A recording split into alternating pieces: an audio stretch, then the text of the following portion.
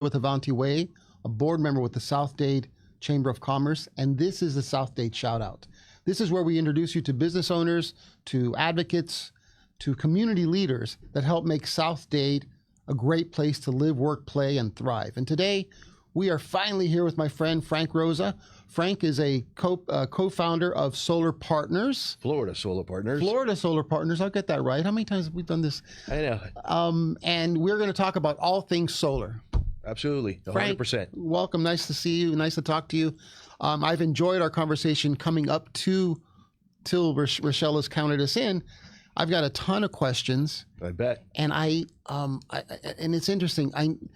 Solar energy, where people are actually using solar energy in their homes, that's changed in the last 2, 3, 4, 5 years, huh? Oh, absolutely. Absolutely. I think the atmosphere is more welcoming to solar now than it has been in the past. And Florida really has fallen behind when it comes down to solar energy. Why is that? Because the Sunshine State has really had great rates so far, but that's been changing, you know. Like states like California, Arizona, Nevada, they're at least a decade ahead of all of us, but that's okay. That's okay, because now Florida's really starting to catch up. And you know what? Floridians are very, very smart, and they're very savvy. They really, really are doing their homework. And over the last couple of years, I've seen a great increase in the interest in solar energy. And it's only going to get better from now. Listen, like I always tell everybody, there is a rover right now in Mars floating around, taking pictures, sending them to Earth using solar energy. So if it's good enough for NASA, it's good enough for you, Floridians. Okay, we're trying out that. I think that's going to work. I think that's going to be a nice little. So to your point, and I'm sorry that I'm reading this, but just yesterday or 2 days ago, the Public Service Commission reported that I'm quoting, the customer-based renewable installations had increased 31% year over year, 31%, and that the capacity for each of those installations has also gone up significantly. So that kind of just echoes what you just told me before. Yeah, exactly. There is a movement, but the other thing is this: a lot of people were not very knowledgeable about the benefits and the credits that are available at the federal level.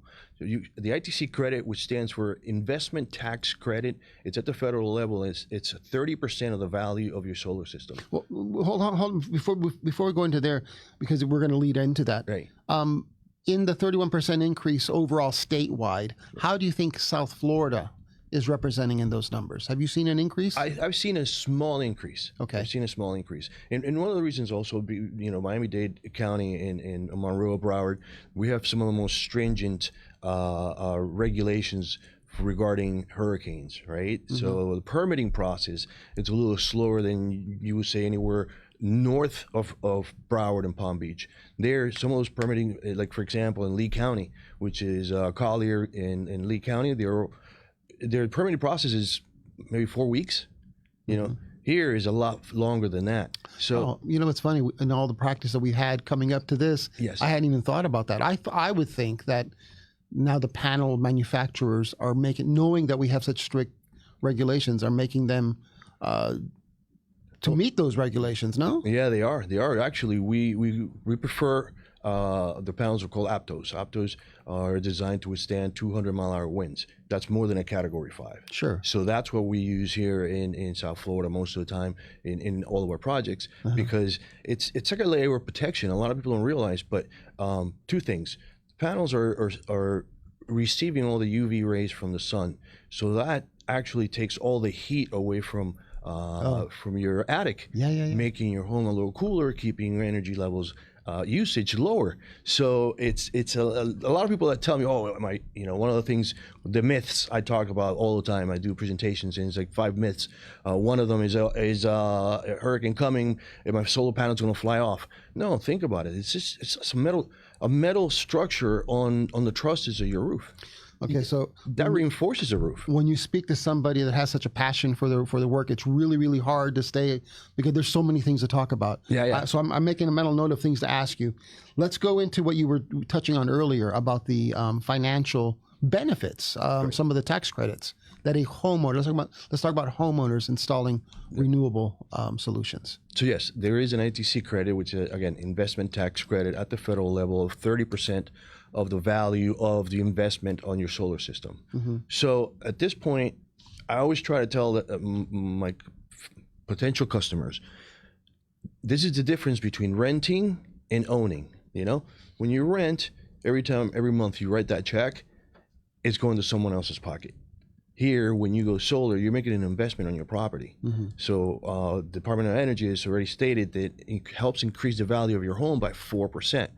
But you're purchasing that unit. It's like adding a pool. You just added a pool to your home. That just increased the value of your home, and it belongs to you. Sure. You know, this is the same exact thing. You will own your solar system, so you'll eventually have your own little power plant on the roof of your home producing energy. Right. You know, and it's a win-win all across the board. Okay, so to focus again on the benefits, there's a significant tax write-off that I can put in immediately, or do I spread it over the life of the? You can do it immediately, or you can do it the life of the ITC credit is until 2031. Oh, okay. So you have the next 9 years, and you can actually retro it one if you wanted to. Okay. So there's a tremendous advantage there, especially if you're someone that's paying a lot in taxes. The added benefit I didn't even think about keeping your attic cool, because that one's the panels are absorbing all the heat. Right. And it actually makes the roof stronger because it's kind of holding everything down? So the attachment is on the trusses of the roof, right? So that's the wooden structure holding your roof together. Sure. Just imagine you just put a layer of metal on top of that wood. Oh. What would that do? Okay. Completely reinforce it, make it stronger. If you go to our website, there's a before and after picture. We did an installation in Fort Myers on September 19th, 2022, Oof. 2 weeks before Ian hit. Yeah. You see the before and after pictures, there's no damage to the roof. There's pictures of the neighbor houses, and their roofs are destroyed because of that extra strength added to our roof. I challenge you, go to our website, take a look at it. You see the before and after. You see the only difference you see in the after picture is the homeowner happens to be a roofer. So when the picture shows a ladder, to the top to see the roof to the house. The guy was calling us frantic. He was like, he could not believe it. He couldn't believe that he actually went and stayed at the Hard Rock for the week for the hurricane. And when he came back, he just couldn't believe it. All the debris and everything in the neighborhood, his house was the only one with no damage. And it's, you know, who's to say if it hits sure. a tornado or something like that. That's a different story, but take a look at it. So on cue, Rachel is, of course, putting the website below me. Did I do this correctly? Look at that. That's good. That leads me, though, to some of the drawbacks and, as you said, some of the myths that people attach to having solar panels on your home. Let me ask you a couple of questions. If I purchase, I call you and we get you sell me all the equipment, I purchase it.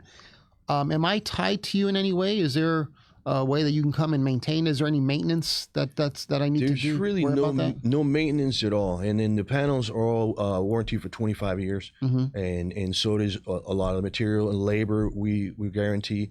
But the other thing is this, one of the things that everybody asks me is, oh, well, do you have to go up there and clean them?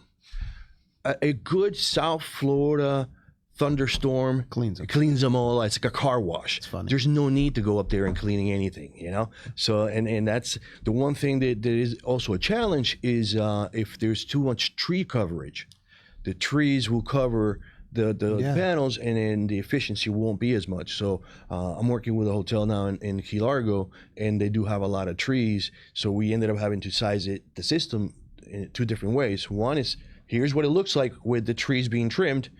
This is what it looks like without trimming the trees. Sure. So it's like a 25-30% increase in size because of the tree coverage. So that's one thing. Weather dependency, the myth is that cloud covers. I have a couple of cloudy days in a row. Not really. No? Not really. I'll tell you the truth. There's a lot of. I went to visit a friend in Maine, and Maine, there was a lot of solar everywhere. But think about it; those guys don't handle thunderstorms; they handle blizzards. Well, that's a great point, because Florida and Arizona are the two states that have the most sun, more sun days in the calendar. In the calendar year, yes. And California's not one of them. No. New York's not one of them. Nope. And those have much more. Maine, Connecticut, Pennsylvania, New Jersey, all the northeastern states. Interesting. They have to deal with blizzards, and they have solar everywhere. They're probably maybe 10 times more solar than we are here in Florida. Okay. We're the sunshine state. We're just knocking these myths out of the way one by one. Energy storage limitations. That used to be a big thing, certainly 10 years ago when the technology just wasn't there. Right. Where are we at on that? Oh, the improvements are coming daily. Daily. Huh? I mean, I'm telling you. I have a question here to ask you about the technology changes going back 5 years. That's too long, isn't it? It is. It is. Yeah. Right now, I think, let's say 5 years ago, the largest panel was 250 watts. Right, kilowatt hours, 250. What is that? The ones that we're using right now is 440. Okay. So it's almost doubled in capacity for the same size. So you think about it, it's getting stronger, smaller. Sure. Which is what technology happens. Evolution. Yeah. Right. Yeah. Even though cell phones are getting bigger now. Yeah. But the storage, the energy storage. So what happens to me at night? So to make it very clear, another myth, right? If you have a solar system by itself without a battery backup and there's a power outage, you're out of power as well because you're connected to the grid only. If you have a battery backup, when the grid goes down, it turns on that battery and you will have power. We have some great customers in Tavernier, and not too long ago, the Keys are struggling with their power. You know, the grid is under a lot of stress because they can't build it anymore. Sure. The house is continuing to be being built. It's growing everywhere, but the grid can't. I have a great relationship with actually the director of governance over at FKEC, the Florida Keys Electric Co-op. And we communicate all the time. Every time I have something new in technology, I always send it to her because they're always looking for assistance. But my point is, if you have that battery backup, the house in Tavernier, not too long ago on a Saturday, 9 o'clock at night, the whole block lost power. This family didn't even know. The only way they noticed is because their neighbor came knocking on the door asking them why they had power. Gotcha. You know, because the battery backup. But again, and that battery backup is good for 12 hours. It could last all night, the 12 hours, and then it recharges the next day when the sun comes up. Yeah. And some of these batteries could go to 20,000 cycles. I'm sorry. So 15 years worth of energy. And again, the technology continues to improve. So what normally happens, you know, batteries this big and now is getting more efficient and shrinking. Sure. You know, we have some great relationship with some of the battery backup companies, and I always love to get their updated stuff. You know, and for some of our more altruistic viewers, if you want to do something good for the environment, obviously the solar makes sense, but it's bigger than that. If enough people do that, then the grid, we don't have to build another power plant. Everything becomes more efficient. Everybody on the system becomes more efficient. Right? Absolutely, absolutely. Like I said, I go back to my relationship with the Keys.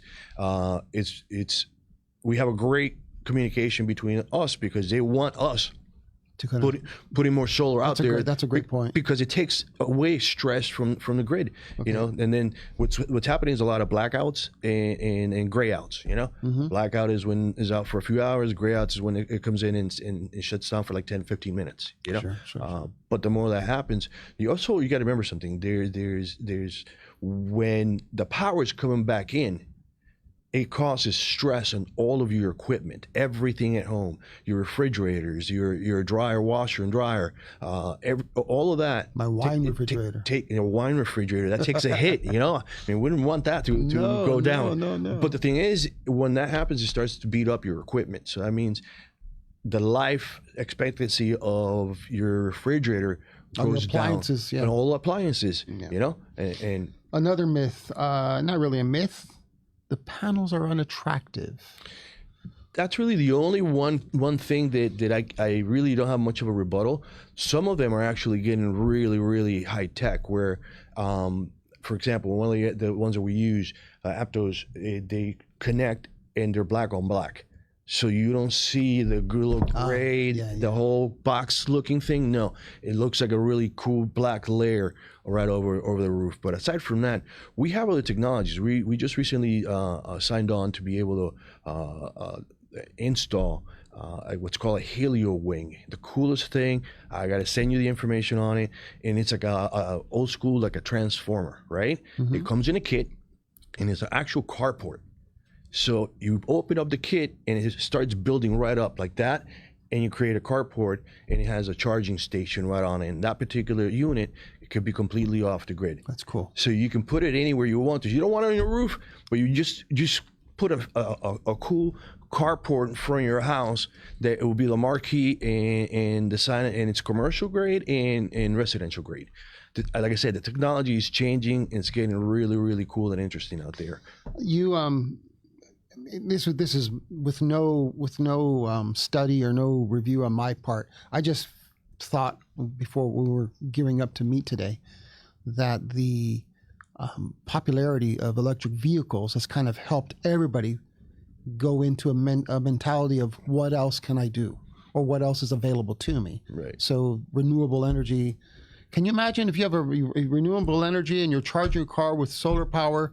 That's costing you nothing. That's awesome. Zero, right? That is, I call it the Tesla factor, okay? And what I mean by that is I recommend everybody go solar first and then get the EV charging, or the vehicle, get the electric, whatever car you like the best. Yeah. But use solar energy to power those cars, because what you're doing now is you're still connecting to the grid to charge your vehicle, and your electricity bill just went up. Sure. They require electricity. And if it's taking you 8 to 12 hours to charge that car, what is it doing to your electric bill? So if your goal is environmental, you're just using fossil fuels to charge it by electricity. Mm-hmm. That's not making any sense. It's like backwards, right? Well, but I was just getting back to the appreciation and the embracing of the whole situation. I think EVs have made, and they're everywhere now, right? Yeah, they're everywhere. I just found that interesting. I think South Florida is one of the top markets in purchasing EVs nationwide. I think it's either number 1 or number 2. No, it's like 3 or 4, but still it's still up there. Yeah. But the charging stations are not catching up. No, but it's getting interesting, because I know been talking to Freebie, and they're looking to expand to the Keys. They actually started their first freebie rides in Key West. Oh wow! They have seven vehicles over there, but anywhere in between the Upper Keys and Key West, they're very few and far between charging stations. So what do you do? Yeah. So that's why I'm starting to really promote the Helio wing, because of the practicality and where you can put these stations, and you don't have to be connected to the grid. Very cool. That's very really cool technology. So let's talk about you and the business. The reason we're here. You've been very, very kind in giving everybody information about the industry and about the opportunities. But let's talk about Florida Solar. When did you co-found it? Who was your partner? Right. And give me some tips. Big question. Give me some tips. Why, as a consumer, I should work with Florida Solar partners, or what should I look for when I'm considering putting panels? So what should I look for in a company such as yours? Well, the background on the company, first of all, it's funny. My background has been in sales and sales development, sales training. I used to build call rooms and train a lot of salespeople over my life. Mm-hmm. And the way I train my people is I take care of those who take care of me. I take care of you first. All right. I want to put my time, effort in making sure that you're the best of the best. Every time I train a sales rep, I have them put in writing, I will become the best this industry's ever seen. And that's the motto to begin our sales process. So anyways, long story short, we train a bunch of guys. I have people in a lot of different states. So one of my guys eventually ended up moving to Nevada. Okay, started working in sales in Nevada years ago. And out of the blue one day, he calls me and says, "Hey, Frank, all right, I got your next big deal. I know you're gonna love this." And I go, "All right, talk to me." He goes, "It's gonna be solar." I go, "Solar?" I'm talking about now almost about 10 years ago. And I'm like, "All right, keep talking. I'm interested. He flew down from Nevada. We sat down. We had a meeting, and how he explained it to me, he said, "Listen, Florida is really far behind. Florida literally is virgin. Great you know, market. Okay. and it's like if you look, do the homework. At the time, solar energy in the state of Florida was around 5%, but only 1% was rooftop solar. The rest was utilities. Just like, so I have a market of 99% of a state like the Sunshine State. All right, this is a no-brainer. Let's go ahead. So my partner Seth, I took him with him. He also was one of the guys that I trained many years ago. Became very good friends, and then we were like, let's do this. Start doing the research. I'm more in the sales and the marketing brand. He is the technology guy. He loves it. Anything gadgets, that guy is all over it. Okay. So he went and started getting all the certifications and doing all the homework, and we've started selling for a different company at first. We didn't like their style. We didn't like the way they treated customers. So we decided in January of 2020 to open Florida Solar Partners. Great timing. Great timing, right, guys? Fantastic. We do our marketing is ready to go. Boom, COVID hits. Yeah. The whole idea of knocking on doors went out the door, you know? And from there, we just stepped back a little.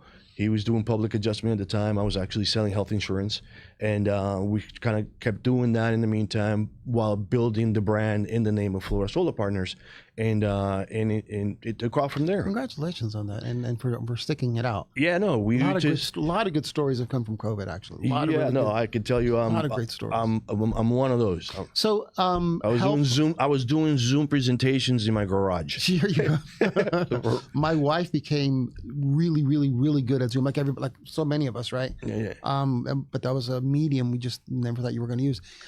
What should a consumer look for when considering a company like yours or one of the first things I always like is local. Stay local. That makes sense. Okay, and I say that with kind of like a pain in my heart, because I've gotten a lot of phone calls from people that have gone with companies that are out of state, and now they're having a nightmare. Yeah. You know, and the sad part about that is this.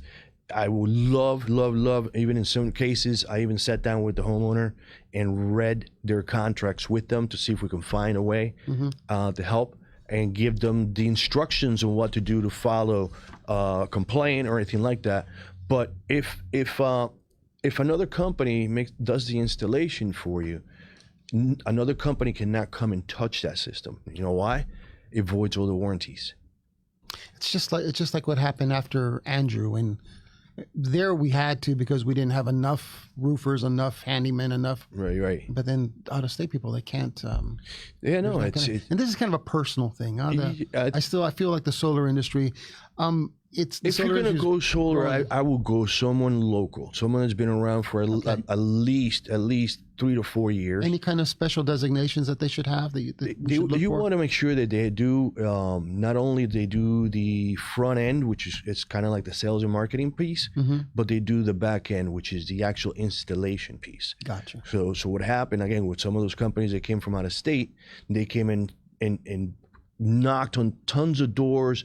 They closed a lot of customers, but then they would leave and leave the installation piece to a third party. Yeah, I don't like that. That's a really, really good point. And Rachel, please, the website once again. I know Frank is you're a generous person. If somebody has any questions, they can call you and just ask questions about. I just want to comment on this. I don't want to.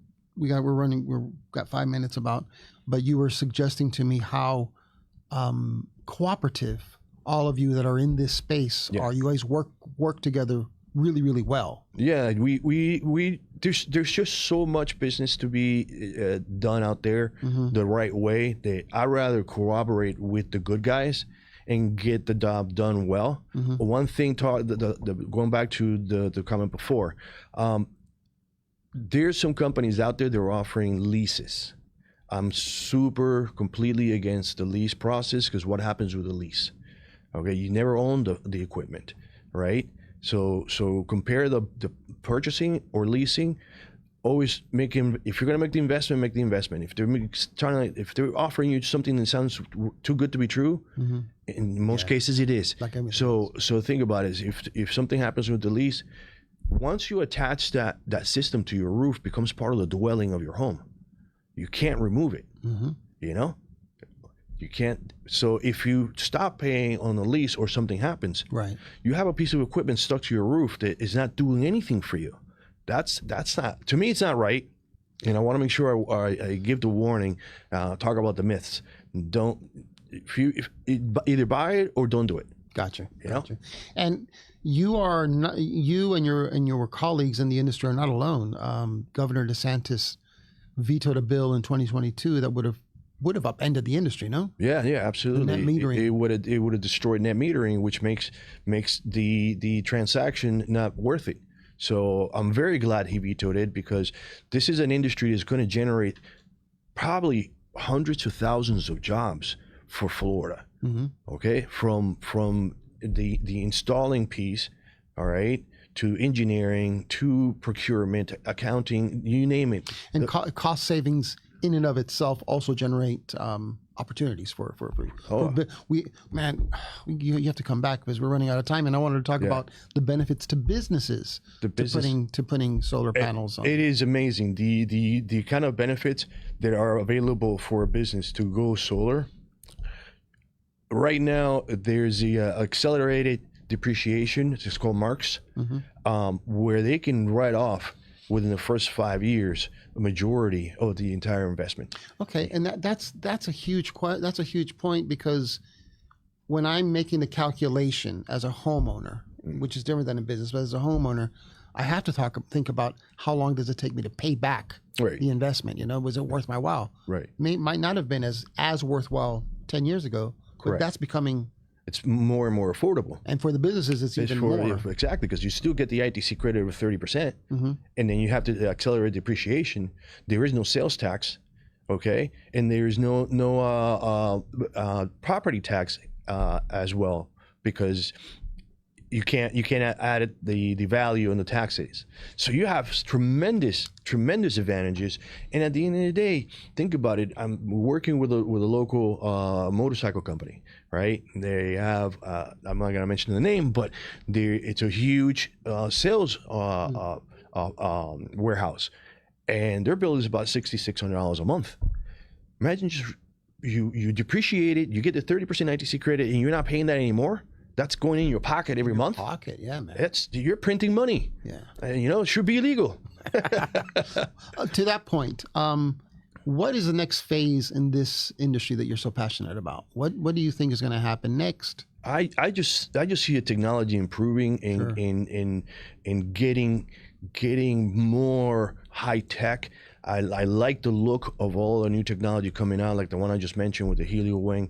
That thing looks cool. It looks like out of space. That's cool, Yeah. And then having those all over the place, where I would love to see, and it's going to happen in the near future, when driving down US 1, and everywhere you look, all these different strip malls with EV charging stations and walkways made with the solar panels, and again, it doesn't always have to go on the roof. We were just talking about that. You were talking about there's a company that builds a vertical tower instead of a field of vertical. And I read where in Arizona, the canals, there's a bunch of canals, they're using those as solar fields. Correct. So you're not taking up any land, and you're still generating tons of. No, we were talking about earlier too.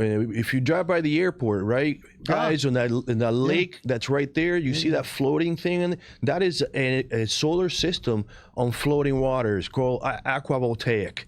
Okay, so you can put it on a body of water. That's fantastic. And like I said, the technology is getting better and improving. You can put it on water, you can put it on towers, because there's so much money, many billions of dollars from the federal government going into all of these different green projects. The manufacturing is going to start growing a lot faster in the next couple of years. There's some big factories coming up in Georgia that they received a lot of funding from the federal government. It's only going to get better. The industry conventions must be bananas. Frank, I really want to thank you for taking time to visit with us today. The 30 minutes went just like this. I know. It's I know. unbelievable. And We just got started. because Rachel doesn't let us speak more. She should. Please just say your phone number out loud, please. So The number is 305-330-6868. 330-6868. 330-6868. All right. And you can give us a call anytime, even if it's any kind of questions. One thing you're not going to get from us, if you give us a call, is it's going to be a sales pitch. We are here to educate the consumer and let them understand all the benefits of going solar. So with that, once again, we're at the end. Thank you very much for joining us. Thank you, Frank. And come back to South Dade where it's fun to work, live, play, and thrive. Absolutely.